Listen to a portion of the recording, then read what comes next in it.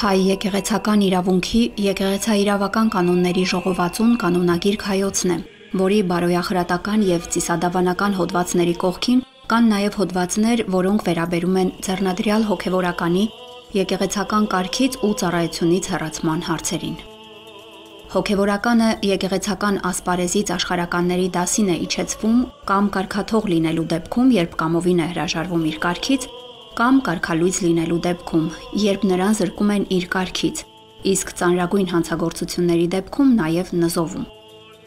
Հովհաննես Արջիշեցին խոսելով օրինականության եւ իր իրավունքի մեջ գտնվող պատարագիչ քահանայի մասին ասում է. «Քահանայական շնորհը մշտամնա է, եթե հոգեվորականն իր կարգի մեջ է,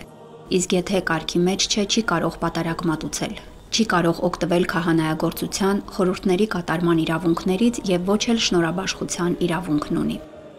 Կարգից լուծարումը վերաբերում է նաև օծումից լուծարելուն։ Հայ առաքելական, ուղղափառ, օրթոդոքս եւ կաթոլիկ եկեղեցիներում կարգալույցներին դասում են աշխարհականների շարքը։ Կարգալույցի որպես քահանայի որևէ գործողություն վավեր չէ։ Նա իրավունք չունի գտնվելու դասում, ատյանում, ավանդատներում, առավել եւս բարձրանալ եկեղեցու խորան, դիպչել եկեղեցու սպասքին, սկիհին, մասնատուփին, սուրբ հաղորդությանը, Սուրբ ավետարանին, Սուրբ սեղանին, մեռոնամանին եւ այսպես շարունակ։ Հայոց կանոնագրքում ներառված է Անտիոքի ժողովի 5-րդ կանոնը, որում ասվում է.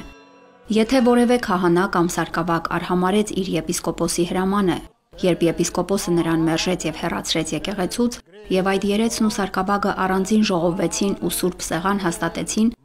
չլսեցին եպիսկոպոսի կոչը, անարգեցին նրան ու չկամեցան նրա երկիցս եւ ավելի անգամ արտասանած բարի խոսքերին ականջալուր լինել,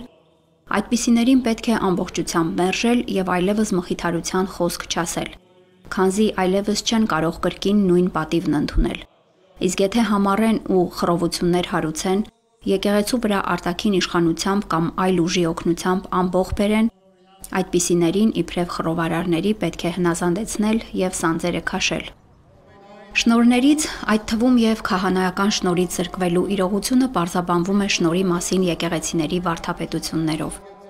Սուրբ Գրիգոր Տաթևացին լույսի առջև աչքերը փակած մարդու պարզ օրինակով բացատրում է շնորհներից զրկվելու փաստը, ուսուցանելով, որ ոչ թե Աստված է զրկում իր խնամքից, այլ մարդն է մեղսագործությամբ ընկնում շնորհից, բայց կարող է մեղքերից ետ դառնալով վերստին շնորհների լույսին արժանանալ։